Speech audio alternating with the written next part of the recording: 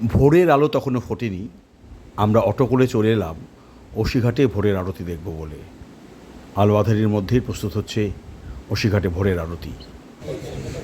বেশ ভালো লাগছে, নিজেকে খুব পবিত্র লাগছে, কারণ অসিঘাটের মতন একটা জায়গাতে জল ছিটিয়ে নিলাম। আর একটা কথা বলি, অনেকেই তোমরা হয়তো জানতে চাও যে অসিঘাটটা কি, কেন নাম।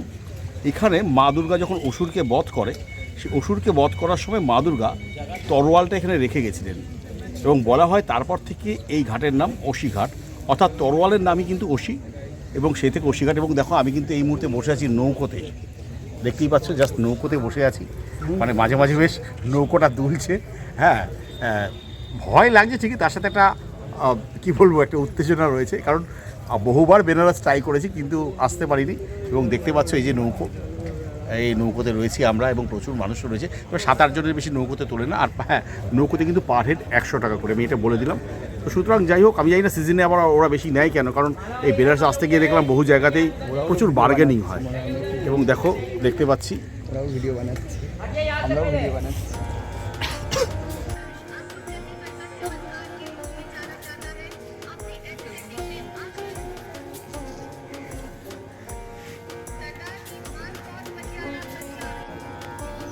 বেশ আলো ফুটেছে, ভোর 5টা, অসিঘাটে সকালের আরতির সময়। কারণ সকালের আরতি কিন্তু অসিঘাটে খুব বিখ্যাত, সেজন্যই কিন্তু আমরা এই রাত্রে ট্রেনটা নিয়েছিলাম। দেখতেই পাচ্ছ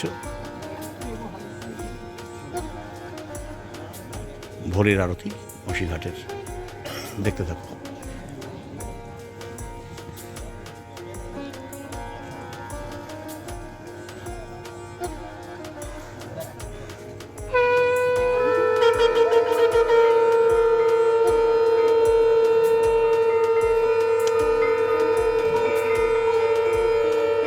শঙ্খধ্বনির মাধ্যমে শুরু হলো অসিঘাটের ভোরের আরতি।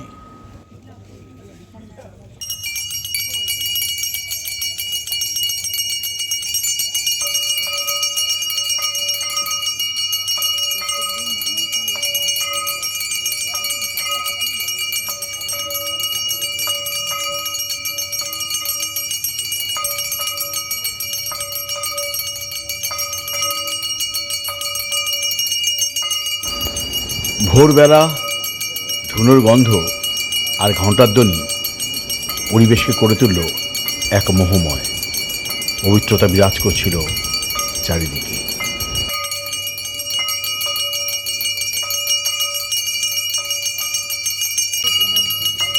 সত্যি সকালবেলা বেশ সুন্দর হয়ে গেল এই অসিঘাটের আরতিটা দেখে। আমাদের মন একটু খারাপ ছিল যখন আমরা শুনছিলাম যে অটো যারা চালায় তারা বলছিল আরতি বন্ধ আছে, কিন্তু ভাগ্যবোধের সুপ্রসন্ন, আরতিটা আমরা পেয়ে গেলাম। বেনারস মানেই আরতির জন্য বিখ্যাত।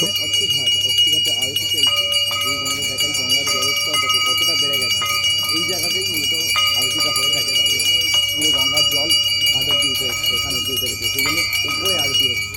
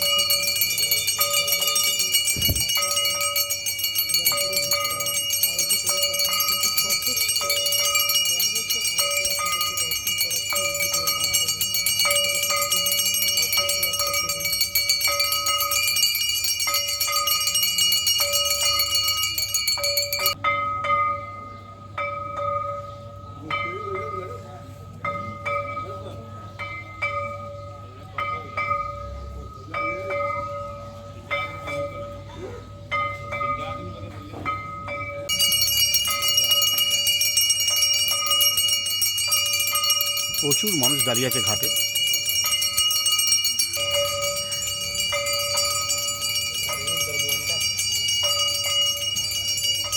কাক ভোরেই এই আরতি দেখার জন্য অসিঘাটে হাজির হয়েছিলেন প্রায় কয়েকশো মানুষ।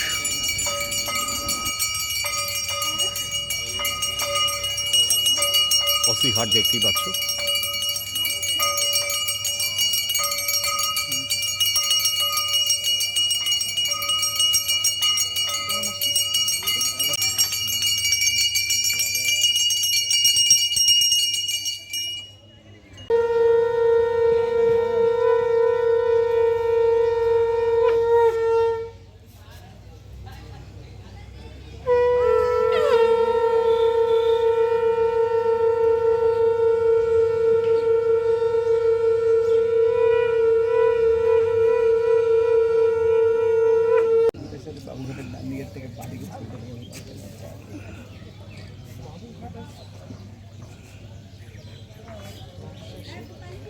শেষে ভগবানকে প্রার্থনা করে তারা দেখো, দেখতেই পাচ্ছ।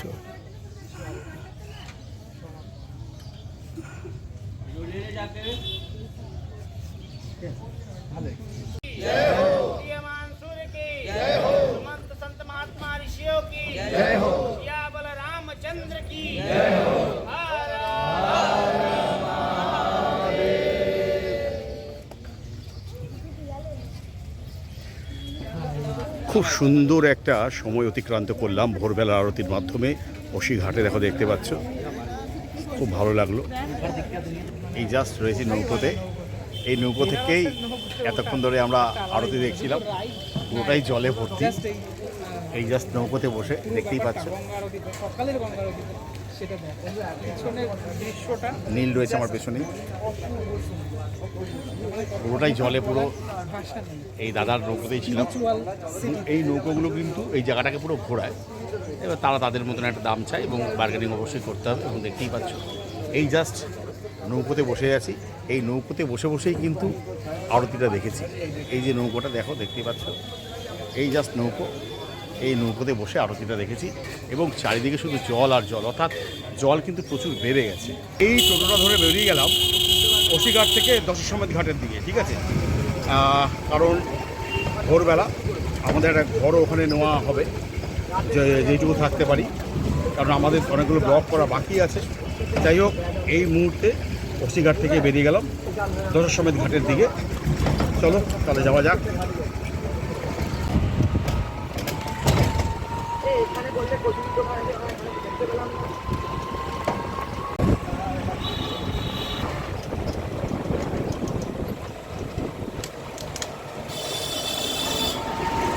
অবশেষে চলে এলাম হাঁটতে হাঁটতে গোধূলি চৌরাহা বা গোধূলি চক। এই রাস্তাটা কিন্তু ঠিক দুপুরবেলা থেকে রাত অবধি এত ভিড় হয় যে কল্পনা করতে পারবে না। আমি রাস্তা দিয়ে এখন হাঁটছি এবং তোমাদেরকে দেখাবো যে গোধূলি চক বা গোধূলি চৌরাহা কী অবস্থায় থাকে এবং কতটা ভিড় হয়। ওখানে কিন্তু বড় গাড়িগুলোকে বন্ধ করে দিয়েছে, অর্থাৎ টোটো বা অটো কিন্তু জাস্ট একটা সার্টেন জায়গা অবধি বন্ধ করে দিয়েছে। তারপরে কিন্তু এরকম পায়ে হেঁটেই যেতে হবে। সুতরাং পায়ে হেঁটেই যাচ্ছি। এখানকার যে দশাশ্বমেধ ঘাটে যাওয়ার একটা রাস্তা। চলো তাহলে, বেশ ভালো লাগছে। সকালবেলা ফুরফুরে মেজাজ, আমার তো দারুণ লাগছে।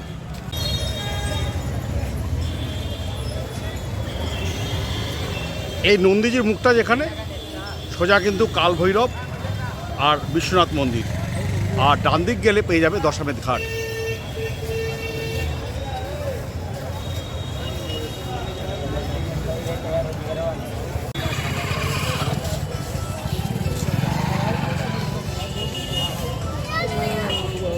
যে মুখটা রয়েছে, অর্থাৎ নন্দীর যে মুখ, তার ডান দিকে গেলেই দশাশ্বমেধ ঘাট। আমরা কিন্তু এবার দশাশ্বমেধ ঘাটে যাব এবং এই যে রাস্তাটা, এটা হচ্ছে দশাশ্বমেধ রাস্তা, ঘাটে যাওয়ার রাস্তা। এই মুহূর্তে দেখো, দেখতেই পাচ্ছ, প্রচুর মানুষ রয়েছে, অর্থাৎ ভোরবেলায় এত মানুষ রয়েছে। দুপুর বা বিকেলবেলা কিন্তু সত্যি রাস্তা দিয়ে চলতে ভীষণ অসুবিধা হয়। এবং যেহেতু প্রথম কথা শ্রাবণ মাস চলছে, শ্রাবণ মাসে দেখতেই পাচ্ছ প্রচুর ভক্তগণ যারা কিন্তু জল ঢালার জন্য এসছে। এর মধ্যে চলছে পুণ্যার্থীদের যাত্রা। গোধূলির চৌরাহা থেকে হাঁটতে হাঁটতে চলে এলাম দশাশ্বমেধ ঘাটের দিকে এবং দেখো, এখানে একটা গরুরের মূর্তি দেখতে পাচ্ছ, তার সামনেই এই দশাশ্বমেধ ঘাট। নৌকোগুলো কোথায় আমরা কিন্তু সিঁড়ি দিয়ে নেমে নৌকোটা ধরি, এতটাই জল হয়েছে যে নামা তো দূরের কথা, নৌকোগুলোতে এখন ভ্রমণ করাও খুব অসুবিধে। অর্থাৎ এইখানে কিন্তু প্রত্যেকবার পুজোগুলো হয়, গঙ্গা আরতি থেকে পুজো, এবং ডালাও দেখছো, দেখো সব জলে চলে গেছে এইগুলো।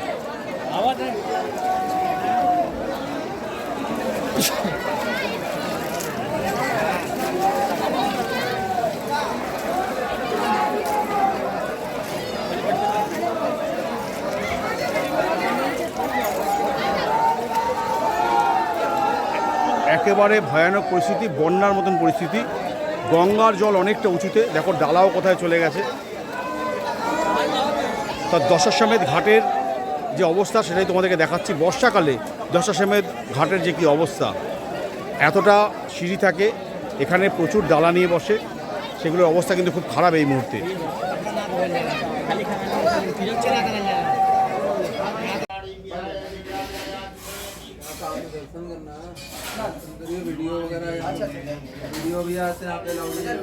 আচ্ছা, বানারসে যে বন্যা হচ্ছে, ফ্লাড হচ্ছে, সেটা দেখাই একবার। জলের স্রোত কাকে বলে, গঙ্গা নদীর স্রোত তোমাদেরকে দেখাই। দেখো কি অবস্থা, পুরো জলে, মানে যেখানটায় মানুষেরা দাঁড়ায় সেখানে মানুষেরা হেঁটে তারপরে নৌকো হেঁটে, এখানে কিন্তু খুব বাজে অবস্থা, এতটাই জল চলে এসছে। এই হচ্ছে বেনারসের ঘাট। একটা সময়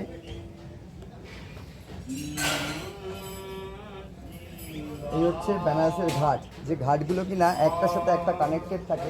সেখানে এই ঘাটকে কেন দশাশ্বমেধ ঘাট বলা হয় সেই ইতিহাস তো অবশ্যই বলবো। তার আগে দেখো আমার পেছনে যে ছবিটা, এখানে কিন্তু 10টা অশ্ব অর্থাৎ 10টা ঘোড়ার কিন্তু ছবি দেওয়া আছে, এবং এই মুহূর্তে আমি দাঁড়িয়ে আছি সেই দশাশ্বমেধ ঘাট, সেই ঘাটের সামনে। দেখো দেখতেই পাচ্ছ এখানে যে ঘোড়াগুলো দেখতে পাচ্ছি, সূর্য রয়েছে, ঘোড়া রয়েছে, সব মিলিয়ে সত্যি খুব অনবদ্য সৃষ্টি, খুব ভালো লাগছে। কিন্তু দশাশ্বমেধ ঘাটে এসে যেটা পেলাম সেটা হচ্ছে প্রচুর জল, প্রায় বন্যার মতন হয়ে গেছে, এবং যেখানে আরতিটা হতো সেখানে কিন্তু আরতি শুনলাম এখন আর হচ্ছে না, আরতিটা একটা উঁচু জায়গায় হচ্ছে। সব মিলিয়ে সত্যি বেনারসে যে একটা সুন্দর রসের সন্ধান পাওয়া যায় তা কিন্তু আমি দেখতে পাচ্ছি। এতটাই ভালো লাগছে, এতটাই ভক্তিপ্রবণ যে মনে হচ্ছে যে সারা জীবন যেন বেনারসেই থেকে যায়। সন্ধেবেলা অগণিত দর্শনার্থী ভিড় করেছিল সন্ধ্যা আরতি দেখার জন্য এই দশাশ্বমেধ ঘাটে, কিন্তু পরের প্রশাসন থেকে জানালো যে দশাশ্বমেধ ঘাটে কোনো সন্ধ্যা আরতি হবে না, হবে স্থানীয় একটি বাড়ির ছাদে।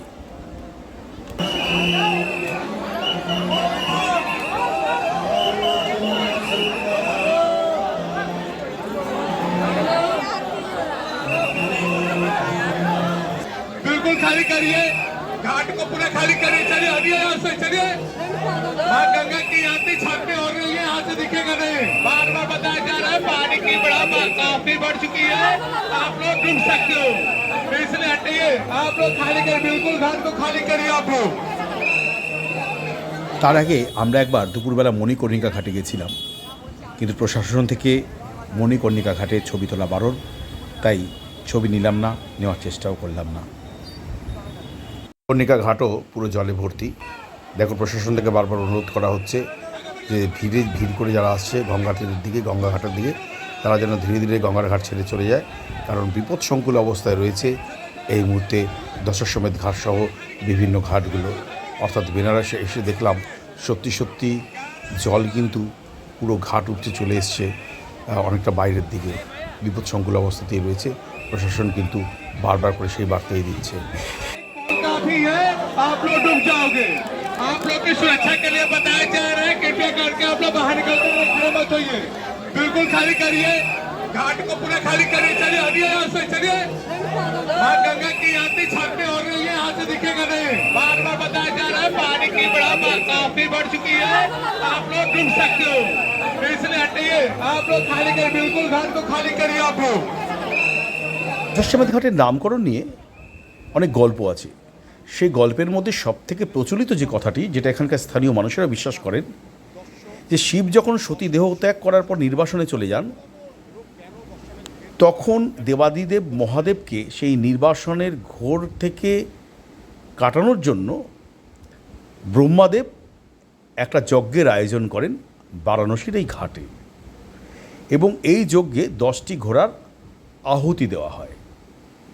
তারপর থেকেই এই জায়গার বা এই ঘাটের নাম হয় দশাশ্বমেধ ঘাট। এবং পুরাণে এই দশাশ্বমেধ ঘাটের নামকরণ নিয়ে আরও অনেক এরকম ছোটো ছোটো গল্প আছে, তবে স্থানীয় মানুষ এবং সবথেকে বেশি প্রচলিত যে গল্পটা সেটাই তোমাদের বললাম। যাই হোক, কেমন লাগলো ব্লগটা জানাতে ভুলো না কিন্তু।